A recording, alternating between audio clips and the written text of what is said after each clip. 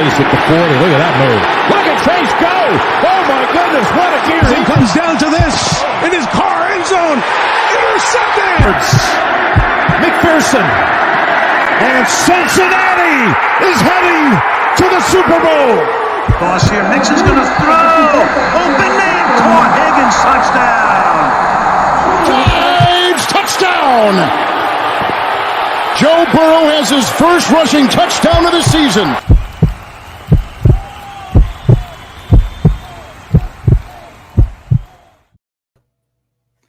Hooday, Bengal fans. He is Maan. I am Jake. This is the Bengals Pulse, the heartbeat of our Cincinnati Bengals. Maan, watching that intro brings back some great memories, man. Wow. I tell you what, I love that. I'm so glad that we got that on this episode. You're absolutely right. What plays? I love it. Some of the best plays from last year. Absolutely. Absolutely. All right, Maan, episode 7 is here. We have another big show for you guys today. We are very excited. Our first Bengal player guest in Bengal Pulse history. We are very excited about having this young man on the show today. He played college ball at the prestigious Vanderbilt University in Nashville, Tennessee. And he now joins one of the best DB rooms in the NFL. Bengal fans, please give a round of applause and help me welcome to the Bengals Pulse, Allan George. Allan, welcome to the Bengals Pulse. Hey, buddy. Thank you. Glad to be here.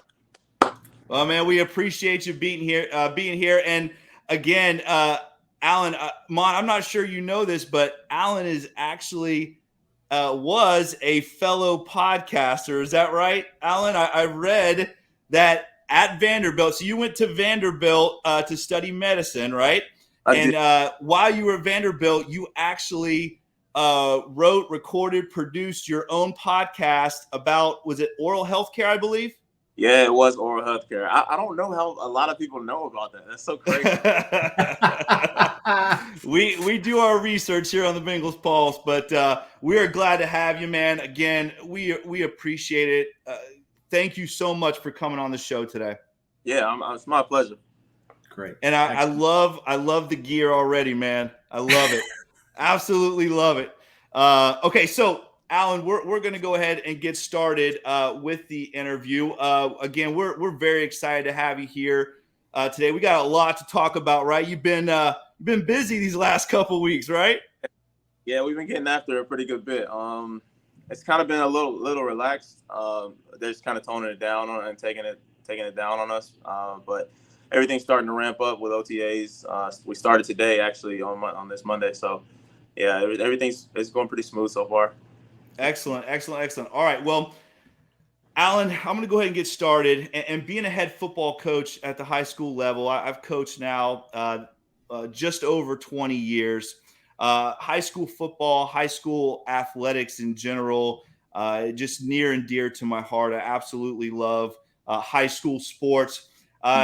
You grew up in a small town in Alabama called Andalusia. Is that right? Yeah. Andalusia, population like what, between 8,000 and 9,000? Is that right? That's it right there. Yeah. So you were Allan, you were a two-sport athlete, which I love as a head football coach. I'm always asking my guys, hey, go out there and play another sport, because I just think it as an athlete, it just makes you so well-rounded. But it sounds like you were quite the basketball player, four-year letterman in basketball. Didn't start playing football till your sophomore year in high school, and then end up being an all-state high school football player in the state of Alabama. And for you guys that don't know, Alabama football is a very high level of football, right? Yeah. Just like down here in Florida now, but very high level of football. Allan, tell us about your high school experience playing basketball and football in a small town. And also, I'm interested in how you chose football, and ultimately what led you to go to play college football in the SEC at Vanderbilt. Yeah. So I actually went to, like you said, it was a super small city. My wife actually, she likes to just call it a town instead of a city, but I like to call it a city. If the name's on the U.S. map, I count it as a city. So, but yeah, 8,000 to 9,000 people. I actually went to one of the county schools first, Straughn High School, and that was where I grew up over there playing sports and everything. I always lived in the city of Andalusia, but I used to drive out there. My parents used to take me out there to go to school. And out there, that was the first time I started playing football. I was in 10th grade, like you said. My brother, he actually was the reason why I started playing, because he's been playing since he was 10. He had been playing since he was 10. So he's 2 years older than me. And when he was a senior, I was in 10th grade, and I was like, dang, he's about to go off to college. There's no guarantee that I'll ever get to play a sport with him again if I don't do it now, because at that time he wasn't playing basketball. So I was like, okay, I'm gonna have to make a switch up. If he's not gonna come play my sport, I gotta go play his sport. So I went off for the football team, and they took me in at receiver. I hated football so much first year. It was awful. It's an acquired taste, right? It's an acquired taste. You gotta have you gotta have a mindset for it. It wasn't fun to just be getting hit all the time. Then at that point I was like, I want to do some hitting. I'm tired of getting bashed on at receiver. So 11th grade year, I started talking to the coaches, and I was like, yeah, let me play a couple of reps at defense during practice. And then I think I got about 2 or 3 interceptions in like 8 plays in my 11th grade year. And then they were like, yeah, I think we'll put you at safety this year. So I played a little wide receiver in safety. And then I transferred from the county school. I kind of pulled like a Kevin Durant. I transferred from the county to our rival school, to Andalusia. And once I got there, we just immediately just clicked. And I clicked with the coaches over there, and they told me to just don't worry about offense. We have enough offensive weapons right now. Just come play defense for us. And I tried out corner for the first time. And at that point, I just kind of ran with it. I used to use a lot of my basketball instincts, I guess, kind of shuffling, playing defense whenever it came to like pressing on the line. Mm-hmm. I would kind of use those same type of like fundamentals. But yeah, like you said, two-sport. I was actually growing up. I was my mom and dad, they only let us play 2 sports because they wanted us to have like a break. Me and my brother. He chose. My dad. He's a huge baseball guy. He went to MLB, played in the MLB and everything. And he kind of like threw baseball onto us just a tiny bit. I don't want to say forced us to, but we kind of got like groomed into it growing up. So my brother played baseball and football, and I played baseball and basketball. And then did you travel? Did you do travel ball? Yeah, we did. Yeah. Yeah. Yeah. That's a lot.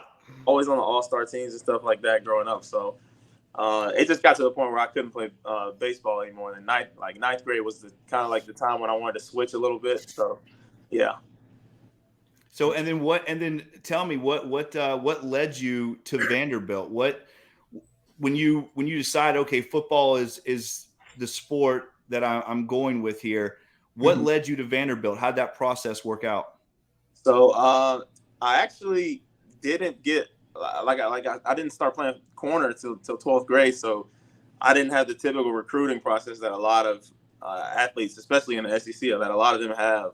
Most of them get their offers like 10th grade year, and they'll just build them up, and then they'll eventually commit. But I got my first Power 5 offer in basketball season of my senior year. So like it was all a pretty expedited process for me. I didn't get the huge rollout like everybody else did, but I was just watching TV one night. I committed to Richmond. I was going to go to Richmond, Virginia, and be a Spider. And great school. It is a really good school. And at that point, I didn't really have too much buzz around my name. I made All-State and everything, but like Andalusia is so small, and the recruiting process couldn't kind of find me. So yeah, I did that, and then once I committed to them, it kind of just jumped off. I think like my Twitter at that point, that was like one of the first times that, like in 2017, when recruiting kind of was getting ran by Twitter. Yeah. So a whole bunch of Power 5 schools had seen it, and then Auburn had came and they had offered me a receiver, and Virginia came, West Virginia, Navy had jumped in, and then I was watching TV one night, and Coach Mason called me, and he just asked if I was ready to be a Commodore, and I was like, all right, it looks like I'm coming on a visit. I was ready to go. As soon as he told me I couldn't commit until I came on a visit. So very cool. Very cool. Good deal. All right, Allan, let's talk a little bit more about your time in college.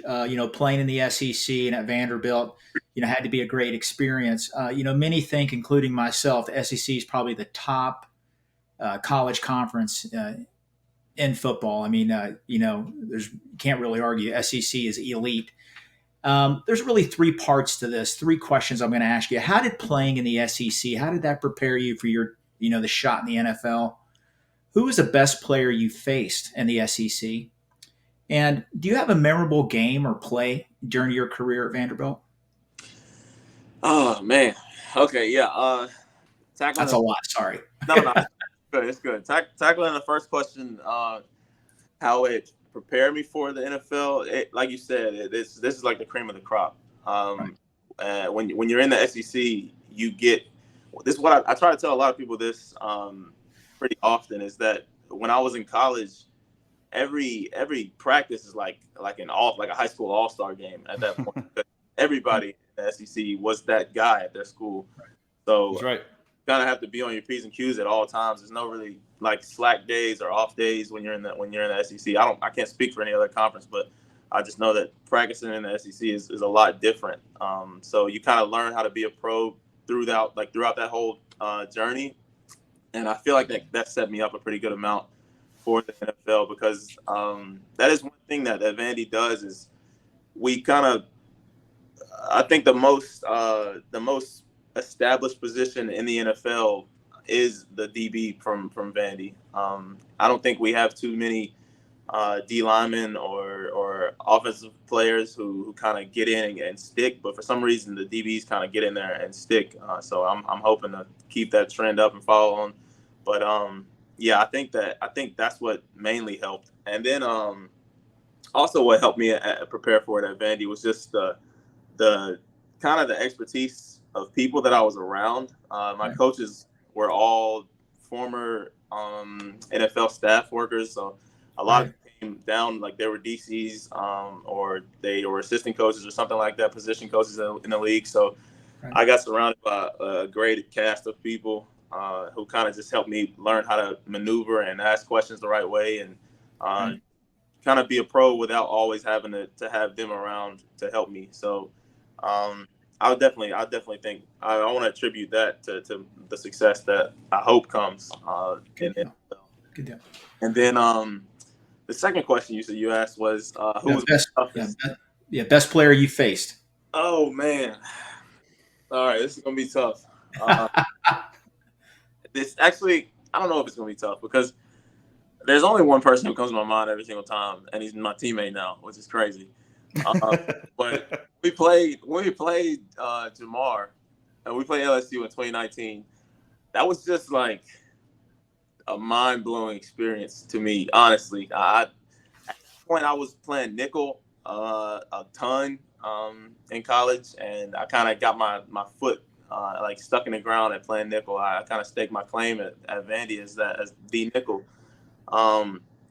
And week 1 of 2019, that was when LSU had played Texas, and Justin Jefferson went off. He went crazy against Texas. He basically won the game for him. So, and then I think LSU had a bye week after that. So whenever they came and played us week 3, we were like, okay, we're studying film. We're like, okay, Allan, you're going to be on Justin Jefferson and nickel. You got to take him out. Just take him out of the game. So I'm in the slot. I'm doing my thing on Jetta, and then out of nowhere, this number 1 just starts cooking. And we're looking into the sideline, and we're like, man, who is this Jamar Chase? Like he's crushing us right now. Like we were scouting JJ, and then Jamar just comes out here and does it. He does everything against us. I think he had like 3 touchdowns in like the first quarter or something like that. So wow. Wow. At that point, that was whenever that was my first game transferring out from nickel to corner to outside corner, Right. which is a tall task. A crazy. Oh yes, absolutely. Yeah, I can It's only imagine. a totally different position. Yeah. Totally different position. Two different worlds, and to be going from Justin Jefferson to Jamar with Joe Burrow at quarterback, and that LSU offensive line they had that year they were kind of just throwing me to the fire at that point. So, Alan, that was basically an NFL team. Yeah. You know what I mean? I would definitely say Jamar is the most talented receiver I've ever played. So I'm thrilled to be here now. It's kind of God's destiny, I guess, to put me a chance to get my revenge against him, maybe I don't know. Hey, what they always say, man, iron sharpens iron, right? Yeah, iron sharpens iron. Yeah, exactly. All right, Alan, let's talk a little bit now about your whole experience of being a Bengal. Our Bengals, they signed almost 20 undrafted free agents. You were one of them. Tell us a little bit about your experience on how you became a Bengal. Maybe if you met with the Bengals prior to the process, and I'd like to know what ultimately led you to signing with our Cincinnati Bengals. Yeah. So after the draft, I was watching the draft all 3 days. Really, just the first day was kind of just to get a gauge of like where people were falling, where corners were getting taken at. And then the second day passed. I was a little upset about how things had landed, but then I was like, just hoping for the third day. Third day had rolled around, and I was just sitting there waiting by the TV, waiting to get a call, sitting there with my wife, and then I didn't get one. I just looked out the window, and I'm right across from the Reds game, and there's this kid who's just hit the gritty right now. Oh, that's nice. Yeah, I was sitting there waiting on a call, and eventually the Jets had called me, and I was pretty dead set on going there. They were the first team to call to reach out. I know the Cardinals had also reached out at one point, and I was in talks with the Patriots and stuff like that. But I didn't before the combo, the pro day or anything like that. I didn't have any words with the Bengals at all. So it was crazy to me that I kind of fell into their lap and that they had wanted me because this is a place that I've literally been like dreaming of being and playing for a long time, probably since I was like 10 years old. I've like people back in my hometown. I just flew back for a wedding like 2 days ago, and when I got there, they were all greeting me. They were like, "Dang, it landed! Like this is where you wanted to go." Oh, that's awesome, man. That is great, man. That is great. It was definitely crazy though. Yeah, when Cincinnati had called, it seemed like a better fit for me scheme wise. And then I like the culture around Cincinnati. Like I said, just being in the city, I love the city. So it felt like God's timing to put me right in the same spot that I wanted to go. So I just went with it. Well, we're glad you're here, man. We're glad you're here. We are. Yes, we are. All right, Jake, do you have a follow-up or you? No, go ahead. Okay. Hey, Alan, I recently read an article where you mentioned you looked up the players Trey Herndon, Casey Hayward Jr., and Marshawn Lattimore. What is it about each one of them that you admire and you want to emulate? Ooh, that's a good question. Oh man, I'll start with Marshawn because he's just somebody that I look to. Kind of like the crazy thing is when I started playing football, like in 10th grade, I didn't really watch any football. I didn't really go to my brother's games too much. I was a ball is life kid. I thought I was about to go play NBA basketball somewhere. I didn't care about football that much. So when I started playing corner in 12th grade, my dad is a huge New York Giants fan. He's been since I've been born, way before I was born. So when I first started playing corner, I used to watch games with my dad, and I would just look at the TV and I'd be like, I'd be like, who's somebody I can watch? Like, who's a corner I can watch? So I used to watch Eli all the time. I used to watch Eli Apple. Oh wow, yeah, cool.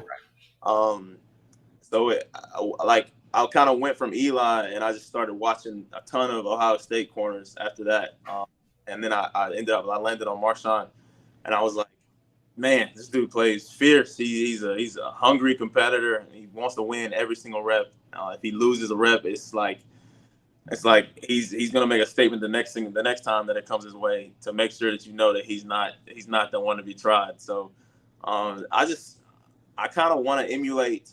I try to emulate a lot of what I do on the field after his play style. I kind of just talk to myself before games or practices or stuff like that and get myself in that mood. And then Casey is somebody that he's like a complete all around package to me. He after 2019, he was home for our homecoming game against Missouri when I was back at Vandy, and he was just talking to me the entire game. I played a great game, and I think I had a couple PBUs, like three PBUs, and then like a game-winning interception in the end zone. And Casey, he was like the first person I found when I got off to the sideline, and ever since then he's kind of just wrote me in and kind of helped me along the process and been a great mentor to me. And with him coming from Vandy, it just felt right. He's from a small city, Perry, Georgia, in Georgia, so it kind of just felt right for me to kind of learn from him.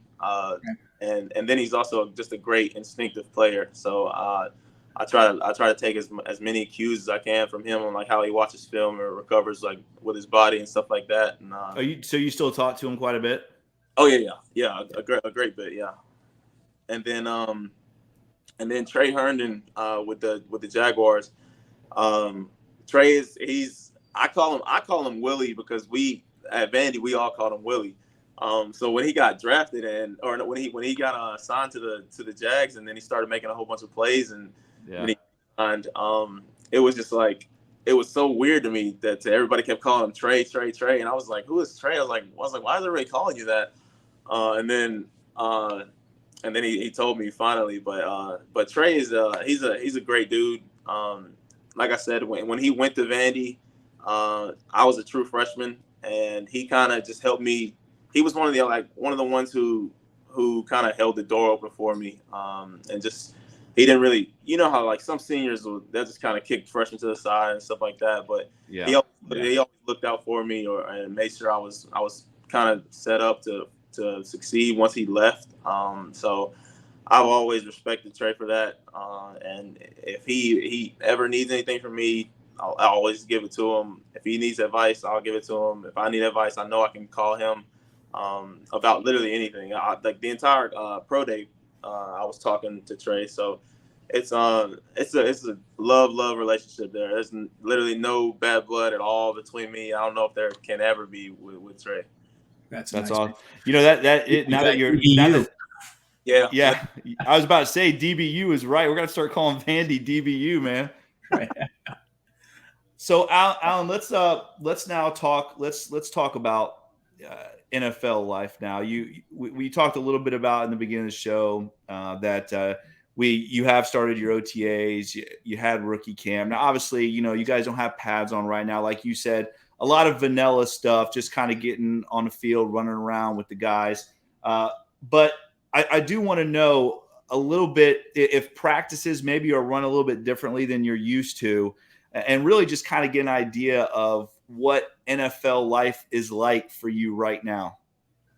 Yeah, practices are a complete 180. It feels like than from college. College is a lot of rah-rah. There's a lot of, I would say, I don't know another word to say other than unprofessional, but I mean, it's different, right? I mean, being a professional and an amateur at any level is going to be different, right? Yeah, because in college you kind of just go out there. You'll put pads on a lot more. I mean, I'm early into this, but from what I've seen, just watching tape of practices while I was in college, just watching tape of an NFL practice and then watching the tape here, so far. It doesn't seem like people put pads on too much in the NFL, and I think that's because people at this level know how to train as a professional and keep people safe. So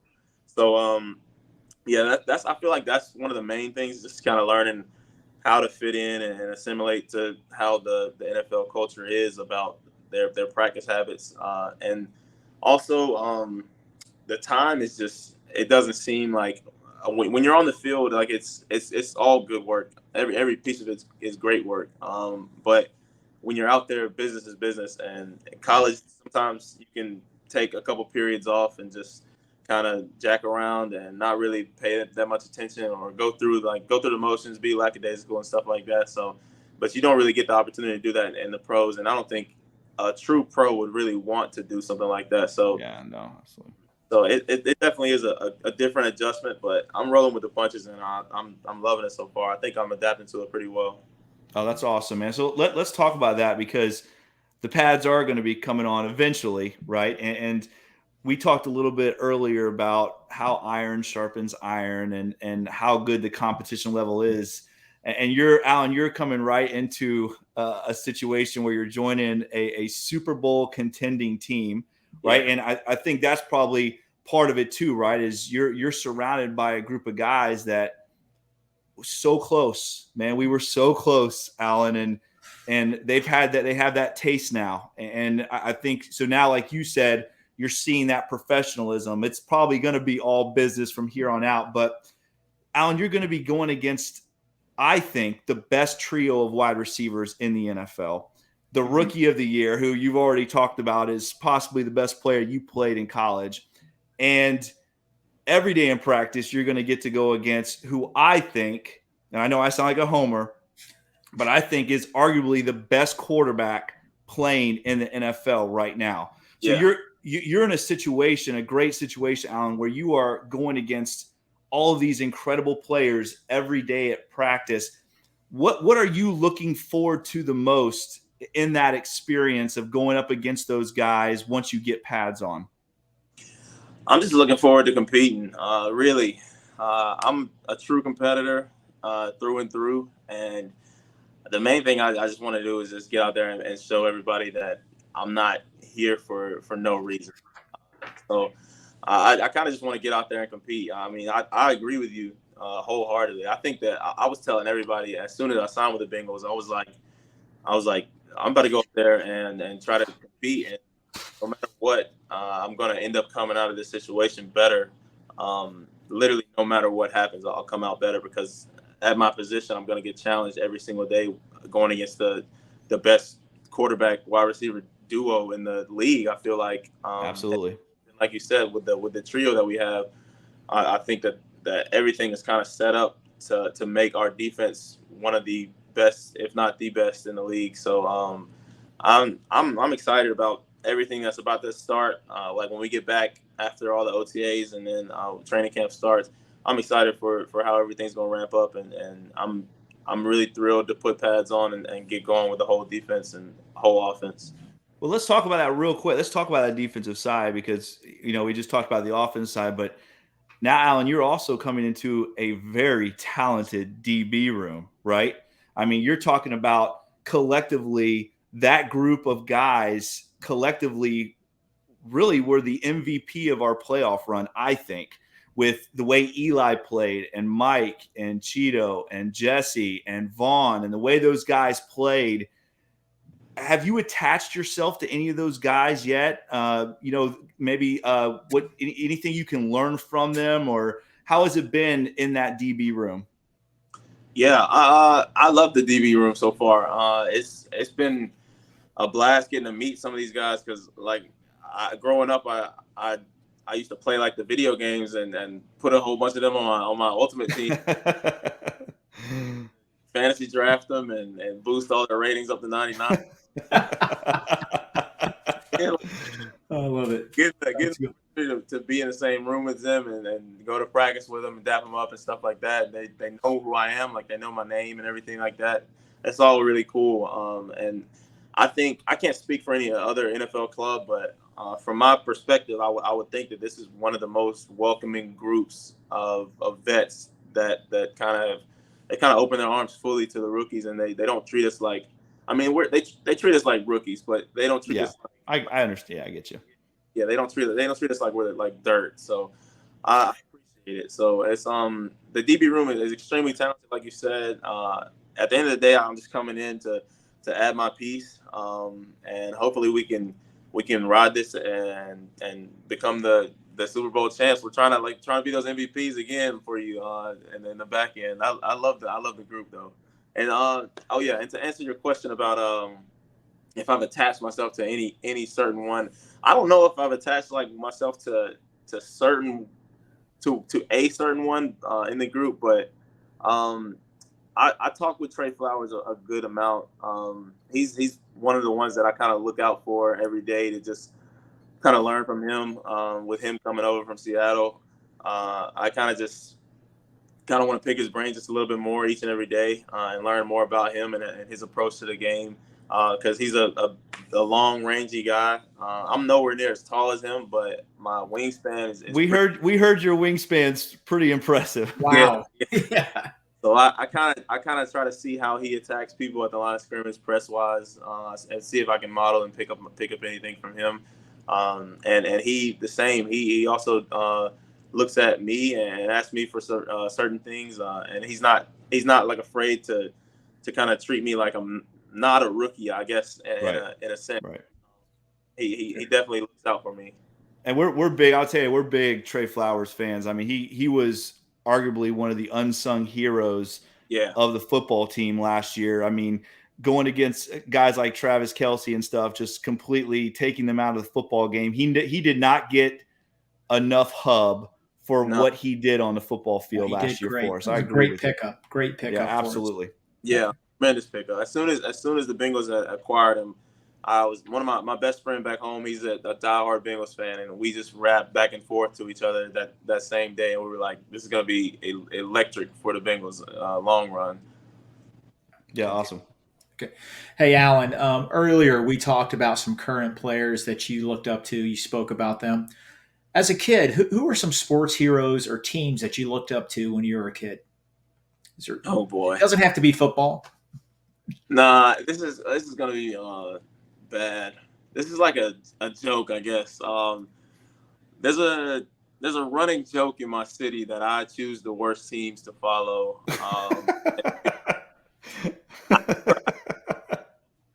Because like I said, I didn't watch it growing up really too much. I was so immersed in basketball and baseball, but I started playing basketball in 2010 when I was in 5th grade, and that was back when Dwight Howard was on the NBA Live 10 cover, and that was the last time the Orlando Magic were worth anything. So yes, I became an Orlando Magic fan just by wow.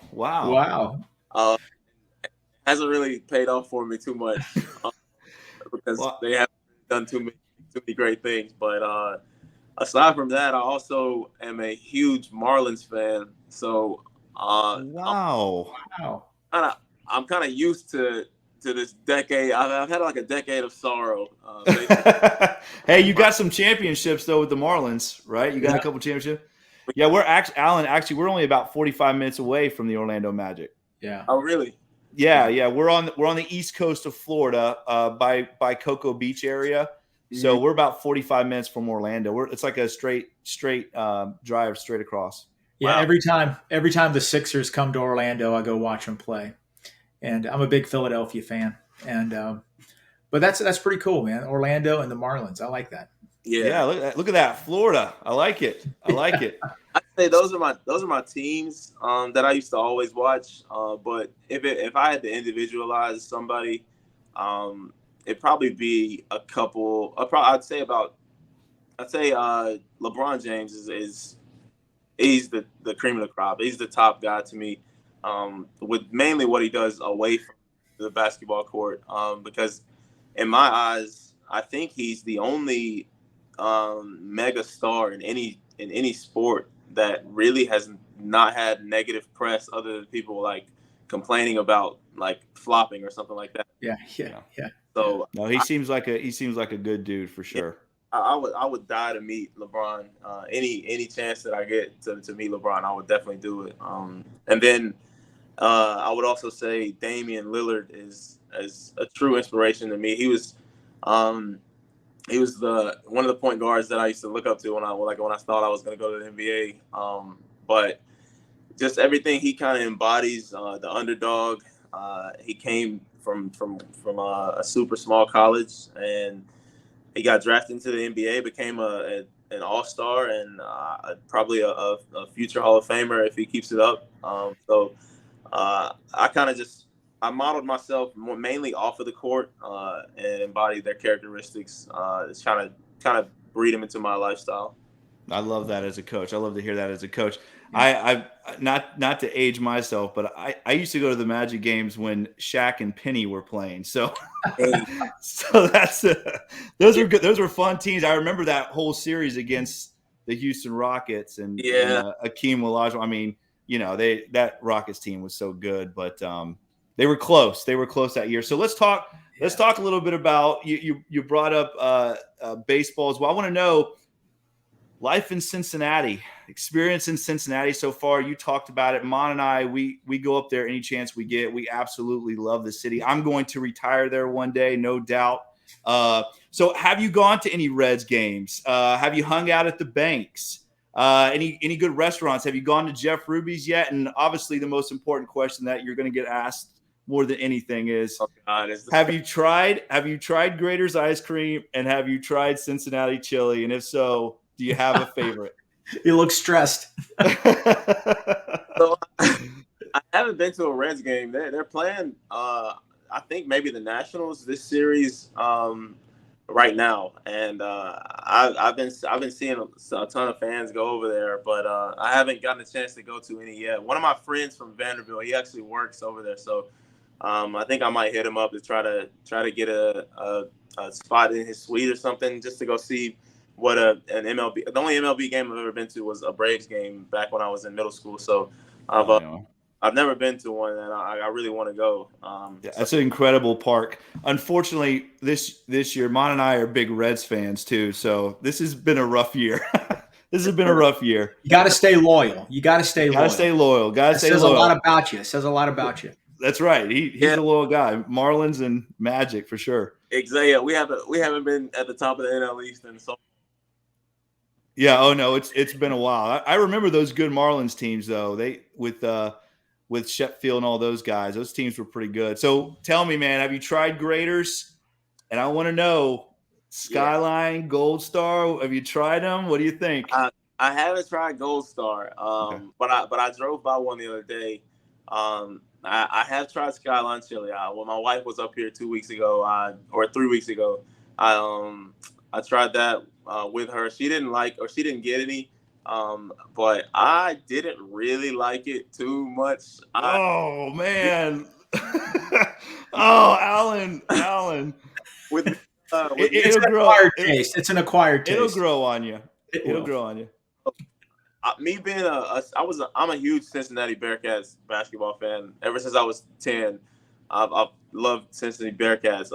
And I used to always, and I still see like Skyline Chili like on their press, like their board over there all the time. So anytime I see it, I just start laughing.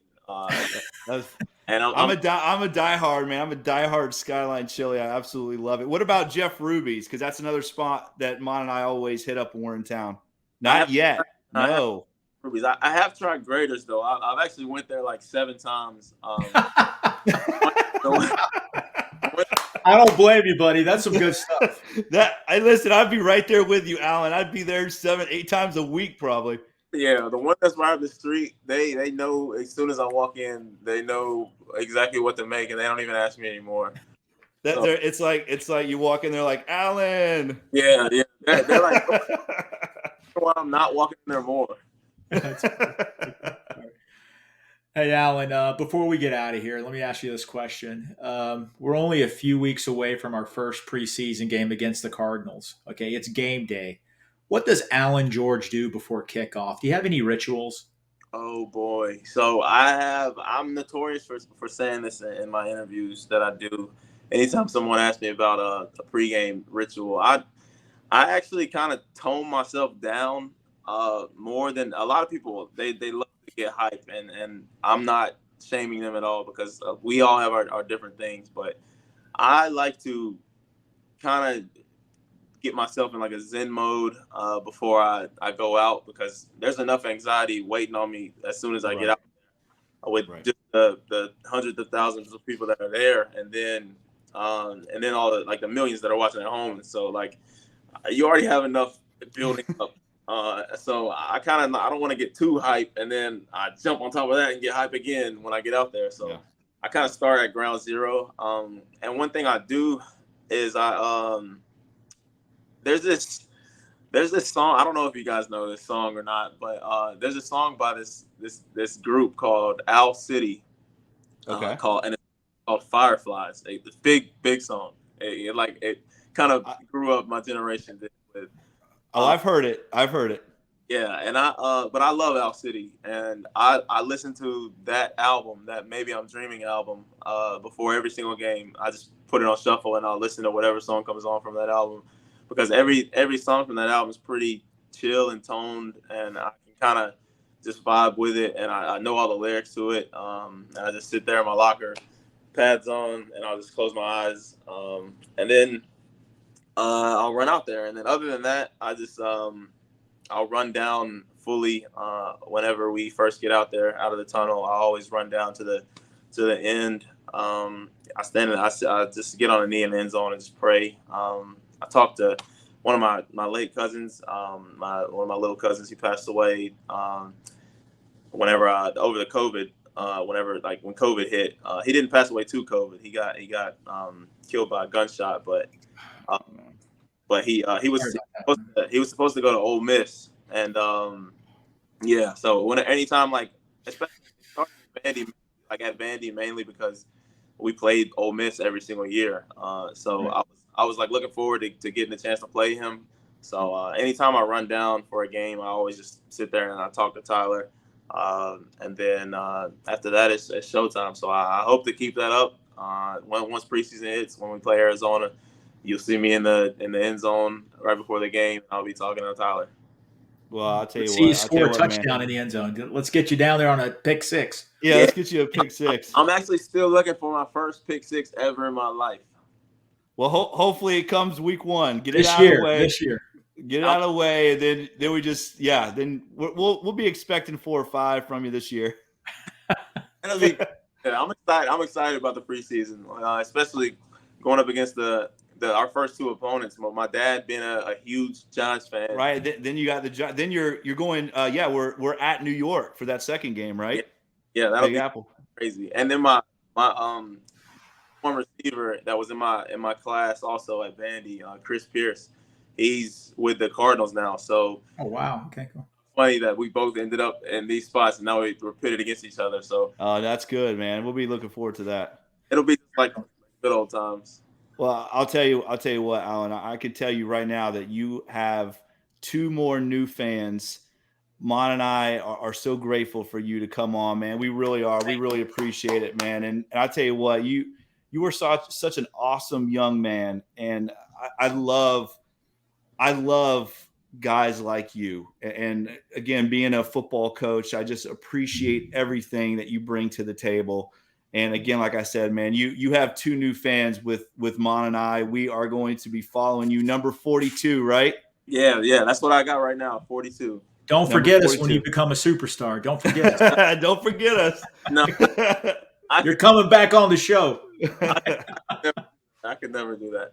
Listen, man. Hey, good luck in training camp, and good luck this season, man. We definitely will talk soon. I'm up there. I'm a season ticket holder, so I'll be at all the home games. So we'll definitely have to catch up. All right, man. All right, man. Good deal. Got you. Yeah, thank you. I really do appreciate it. I really do. All right, man. Alan, take care of yourself. All right, Alan. Once again, man. Thanks again. Let's give Alan one more time. Bengal fans, Alan George, Houday, man. Houday. Stay safe, buddy. Houday. See you. Bye-bye. Thanks, Alan. How cool is that, man? How cool is that? Excellent. What a great guy, man. What a great guy. I am so excited to see what he does this year. Again, I know you and I, we are going to be big fans of this guy. We'll be rooting for him. And that kind of leads us into this last segment is, possibly a guy that's going to be playing a lot of special teams for Coach Simmons, right? So a couple of weeks ago, we broke down the offense by position. Real quick before we get out of here, let's break down our special teams. And how could we not start, right, with the man, Money Mac, Evan McPherson? How can you not say he is one of the top 3 kickers in the NFL already, right, for what this guy has done? I'm interested to see what he does year 2, but let's talk real quick about these stats, Mom. 28 of 33 in the regular season, 9 of 11 of over 50-yard field goals, his longest being 58, 14 of 14 in the postseason. He tied Adam Vinatieri, and who knows if that last drive would have ended differently, he might not get the record and send us into overtime in the Super Bowl. But those 12 combined 50-yard field goals is an NFL record from the regular season and the postseason. 2 big walk-off kicks in the postseason. The one against Tennessee, I love the 52-yarder. We still talk about it. I mean, the guy is just ice in the veins. He tells everybody, well, I guess we're going to the AFC Championship. Goes out and just nails a 52-yard field goal against the number 1 seed in Tennessee. And then obviously the big kick, you saw it in our intro, the one that sent us to the Super Bowl against the Kansas City Chiefs. Again, our kicking game to me is an A+, and I think it'll be an A+ for a very, very long time, Mon. This is truly one of the incredible kickers in the NFL. We took him with a 5th-round pick. Remember how much slack we got for drafting this guy? And again, maybe that draft was incredible anyways, but he might have been one of the better picks. Yeah. He was, and he's a rock star. You hit it right on the head. That call in the Tennessee game, I guess we're going to the AFC Championship game. I mean, that's Joe Burrow talk. That's He's Joe Burrow unbelievable. talk. No, Joe Burrow but talk.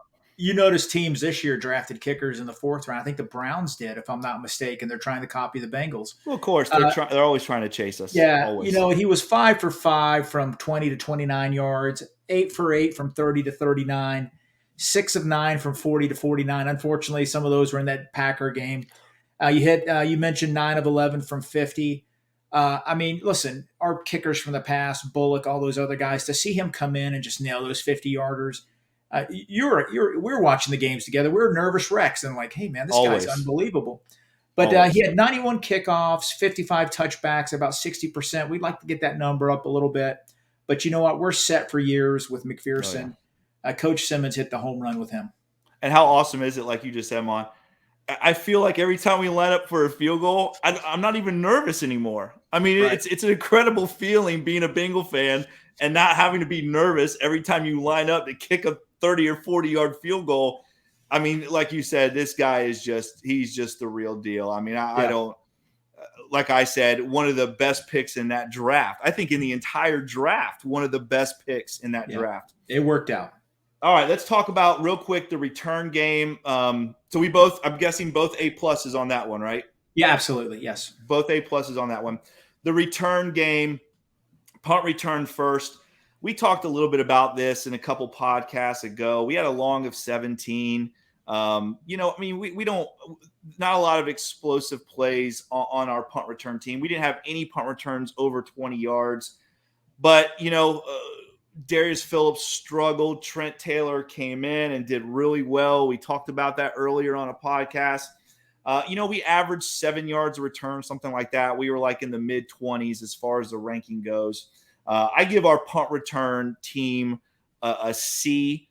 And then our kick return team, 33 returns. We averaged right a little over 20 yards a kick return. Again, not a lot of explosive plays, but Brandon Wilson injury was a tough one that I think a lot of people don't talk about. That hurt our return game, right? I mean, that guy is a serious dude. Tremendously. It did. Yeah. And we only had one kickoff return of over 40 yards, only one. And then I think we had like 18 over 20 yards. So, again, not a lot of explosive plays from the kick return game. But like I said earlier, Mon, when you have the best quarterback in the NFL and you have maybe one of the best offenses now with this new offensive line in the NFL, just don't turn the ball over. Just catch the football. Just catch the football, get some yards, and give the ball back to Joe Burrow, right? And then just let him do his thing, right? I give our kick return a C+. So punt return, C. Kick return, C+. What do you think? I'll give them both C pluses. We mentioned it one of the previous podcasts about Trent Taylor. Listen, he's dependable. He catches the ball. Not really splashy, not really electrifying. I would like to get somebody. I'd like to see somebody, maybe Puka Williams, somebody that can just, just flashier. When he touches the ball, like, hey, man, this guy has the potential going all the way. I don't think we have anybody like that now. I will say this. Chris Evans was a pleasant surprise when he returned some kicks last year. Didn't do it a lot, but maybe, you mentioned it, the Brandon Wilson, that hurt tremendously. And you are right. We didn't that wasn't talked about enough. He was a great player. Hopefully he comes back healthy this year. But Chris Evans can return some kicks. Trent Taylor, I know they're playing around with maybe some other players back there, but you're right. We just can't muff the ball. Remember the San Francisco game that led to 10 points and that cost us that game. We should have won that game. It was a special team snafu that did it. And we can't talk about – no, you can. You talk about flipping the field position. That's a huge part of football, right? Cost us 10 points. Cost us 10 points. So punting-wise, Kevin Huber, our guy, I love the guy. I'm a big Kevin Huber fan.